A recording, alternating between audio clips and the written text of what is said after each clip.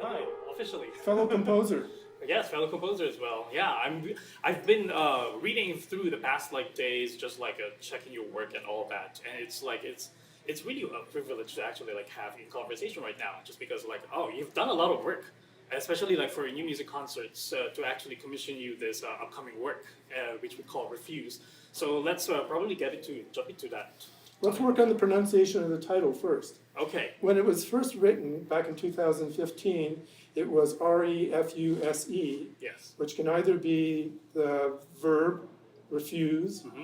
or the noun refuse. And people most commonly think of pieces having a noun for a title as opposed to a verb. Yeah. So they might have thought it as a garbage piece, and I was willing to accept that. Okay. But I liked the fact that there was that ambiguity.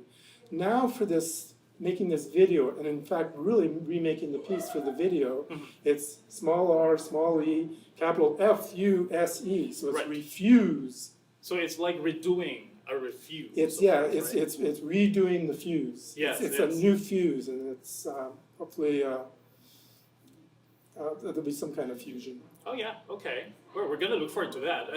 The original piece that was commissioned in 2017 by Turning Point Ensemble in Vancouver, as I understand it. It was a number of years ago, and my great age, I can't remember which year is which, but it was the 50th anniversary, really, of something. The years that I'm focused on for the piece, which are between the summer of 1965 and the summer of 1966, and a lot of things that happened in that year. We have to go back a little bit further than that to start where this piece started, Yeah. which was back in 1953. In 1953, I was born. In 1953, a 13-year-old young lad in the United States named Frank Zappa discovered in a magazine a picture of Edgar Varese, and he looked at it and he said, "Whoa, that guy looks like a mad scientist, and it says he's a composer. I think I want to be a composer too, because I'd like to be a mad scientist." And he also read in the piece in Look magazine that Varese had composed a piece exclusively for percussion, ionization, of course. Yes, ionization. And he thought, I got to hear that piece. It took him another 2 years to find the record, et cetera, et cetera. 13 years, and he also managed, when he got a birthday present of some money, he phoned up Varese in New York and asked if he could come and visit sometime, but they never met. Ah, okay. 13 years later, in 1965, I was 13, and I also discovered Varese. Unfortunately, he died in November of 1965. Okay. In the summer of 1966, Frank Zappa released his first record with his band. It was called Freak Out. Freak Out, yes. And I bought it when it came out. Okay. And I think I didn't know about Frank Zappa before that. I think I knew a little bit about Varese because in my hometown I had a very good public library. It's probably still okay. And you could find things like Harry Partch's book on tuning in there. Oh, okay. And it's that kind of library. and I think when I was thinking about this, I thought I'd already read Louise Varese's biography of her husband, Edgar. But in fact, that wasn't published until about 1970, so I hadn't read it then. But anyway, either through Zappa or something, in that year, I discovered Frank Zappa, I discovered Edgar Varese, and I was 13, just like Zappa was when he was 13 years old. Okay. So when I got around to making this piece for this program a few years ago, it was on the 50th anniversary of those years, and it was a program of chamber works by Edgar Varese, and sinfonietta pieces, or extended sinfonietta pieces, about 32 instruments of Frank Zappa. And they wanted a piece from me to go with that. Okay. And quite nicely, they wanted about a 15-minute piece, which I thought, oh yeah, that's like an album side. So maybe what I can do is just think about what it was like discovering and listening to music back when I was 13 years old, and what it seemed like. Because I hadn't experienced any live music. It was all from recordings in the radio, et cetera, Okay. to make this piece. And I think that's the main thing that makes this piece the oddity that it is. Okay. Yeah, because if we, I've listened to it in its state right now, and it was kind of, I'm hearing a lot of themes going on there. We won't probably spoil it here in this talk, but but it's just like there's this huge, vast world of themes. Like, can you like elucidate a little more on like where is John Oswald in all of these quotations and all that as well? Well, perhaps those are my roots. That's when I was really started listening to music on a large scale and taking in a lot of things and looking for things that were unusual for some reason. I know my parents reminded me later that when I was 8 years old, I said, when I grow up, I want to be what did I say I wanted to be? Now I've forgotten. I said I wanted to be a nonconformist. I said, oh, okay. A little later, I said I wanted to be an architect, and then everybody said, wasn't that nice, the young guy wants to be an architect? And I didn't like that, so then I said, I started going around saying I want to be a fireman, and they didn't think that was as impressive. Oh, okay. So I wanted to be a lot of things, but one of the earliest things I said I wanted to be was a nonconformist. And I've turned out to be irascibly that. So I was looking for weird music. I was looking for Edgar Varese. I was looking for Frank Zappa. I was looking for, well, a big influence, I think, on the making of this piece would be Wendy Carlos, who, when first discovered, was Walter Carlos, one of the early gender change surgery people. And a big influence on the remaking of this piece is the idea of having live musicians playing the parts. There's lots of parts, big score. Yes. And having accompaniment of things that place it in the way that I'd like to hear it. This happened to Wendy Carlos with the making of the music for a movie in the 80s called Tron, where the original concept was that half of the movie Tron, which is about video games, about adventures in video games, took place in this world, and the other half took place inside the video game, where there was life and death things happening. And she conceived, having been someone who was a very early user of synthesizers, Moog synthesizer, switched on Bach, she conceived of there being electronic music in the video world and orchestral music in the live world. So she did a session with the London Symphony, a couple of sessions for the thing, and she was very dissatisfied with how the orchestra part came out. So she started working the electronics in synchronicity, which was difficult back then, with the recorded parts. And it's a very interesting soundtrack for that reason. And it's a very interesting follow-up to a previous soundtrack she made, which was the one for Stanley Kubrick's Clockwork Orange. I see. Based on a book by Anthony Burgess, A Clockwork Orange, in which Wendy Carlos made synthesized versions of Beethoven and Handel, and really interesting and excellently done things like that. So those were things that were that came to the surface when putting together this piece. The other thing that came to the surface was what happened at the beginning of, is it 2020 now?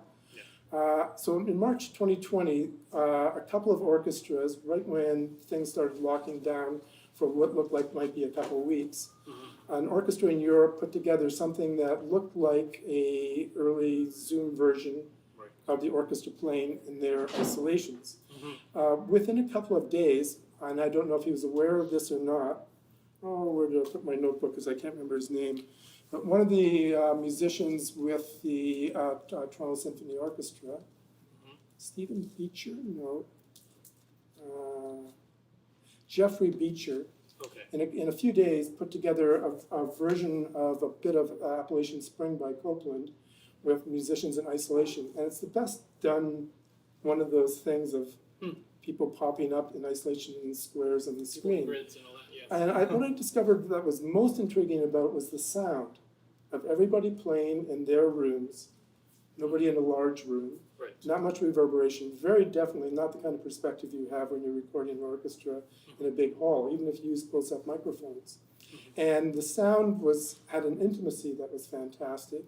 It it brought me into the music and the performance. I knew the challenges of putting the whole thing together were very daunting and interesting. Right. But I really wanted to do it with this piece. And then the New Music Concerts Commission came along, and it looked like this was a way to do that. I don't know how Jeffrey Beecher did that in a few days, because as New Music Concerts knows, I'm still working on the piece now, and we're going to have our broadcast in a week's time. And it's crunch time. but I've got all these things, like I have hundreds of files from musicians. I've got audio files that need to be synchronized with video files. I have different cases of things that where, for instance, in some cases, the musicians recorded the entire audio and may have edited it together, and then did a video performance where they finger sync or Yes. Okay. play sync along with their recording. And the first one to do that, John Oswald on guitar, he fooled me for a good 10 minutes before I said, well, wait a minute, that one little really tricky part. But there's a lot of that going on in this piece. And there's a lot of illusions of, are these people playing or not? It is currently such a mess that I don't know exactly how prominent that's going to be in what the video piece is. But I've discovered that we're really in stage 1 of 3 stages. I'm making this piece that really works as a video with a soundtrack that's featuring the musicians who are talented enough and kind enough to play these parts for me. Yeah. In some cases, given a little bit of leeway as to let's say, as Frank Zappa would say, put eyebrows on it, which is like, Yes. That's a anytime you really get into something, your eyebrows go up a bit. Yeah. And there's also a lot of other elements. A lot of them are quotational elements, as you've seen, and electro-quotational elements, which means the actual recorded documentation of various things. Yes.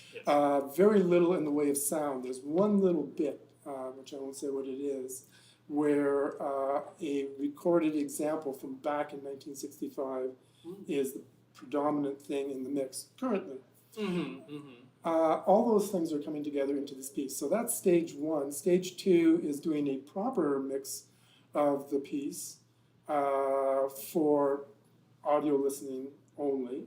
Okay. And there's an awful lot of still working on sometimes even the individual lines of the musicians, and sometimes there are parts that are being driven by MIDI, which is the computer kind of conducting what sounds happen when, to be in parallel lines with the musicians. In some cases, I'm painting one part or the other in various sound programs that I use to make them fit together. That's stage 2. That's coming Then soon.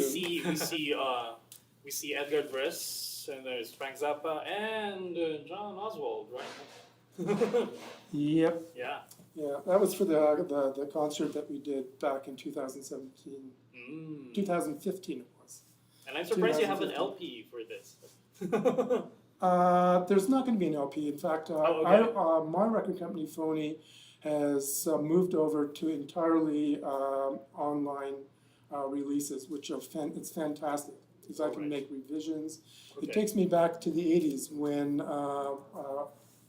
I switched from making records, which I did in the 70s, to making cassettes exclusively, where I could do revisions on things that were in the series, and it's just my tendency. And to have a direct contact with listeners who would mail order for me directly, in very small quantities. And that is happening again with these kind of internet distributors, where I know who's buying things, I know who's accessing things. They can access for free, or they can download, purchase, et cetera, et cetera. It's great. So reFUSE is in the Rascally Clepatoire. There you go. Do you recognize this place? I know that you moved to town a few years ago. I moved to town like 5 years ago, but I've been visiting since 8 years ago, and so I know this, Honest Ed's. Yeah, the building's no longer there. It's no longer there. Well, check out the sign. Yeah. Classics from the Rascally Clepatoire. Clepatoire. Yeah. Where did that term come from, Juro? Yeah, I wonder. It seems like this is pretty much like a spin-off from the plunderphonics thing you were doing back in the 80s. In a sense, yes. In that quotation is a really big part of it, or transforming quotations into something new. But the difference is that plunderphonics, that's a term that I made up in the mid-'80s to do things that I've been doing since the late '60s, which are electro quotations. They're taking a recording and changing it into something else. People are familiar with things called mashups, where you might take one pop song and another pop song and stick them together and see how it works. Right. That's one sub set of the genre of plunderphonics.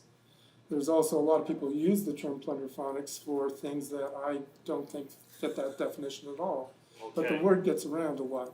Okay. Rascally Clepatoire started several years later in 1991 when I got my first serious commission from a performing ensemble. It was from the Kronos Quartet. And the second one I did, the first one I did for them, Spectre, they've played hundreds of times around the world since then, and they still play it. The second one was the first Rascally Clepatoire piece, and it was 5 movements, all based on Ludwig van Beethoven's music.